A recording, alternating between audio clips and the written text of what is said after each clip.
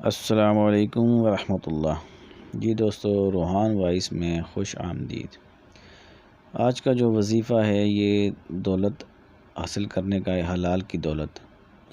اگر کوئی آدھی رات تہجد کے وقت اٹھ کر وضو کرے اور 2 رکعت نفل پڑھے اور اس کے بعد سجدے کی حالت میں 41 بار اسم یا وہاب پڑھے تو وہ فنی یعنی مالدار ہو جائے گا۔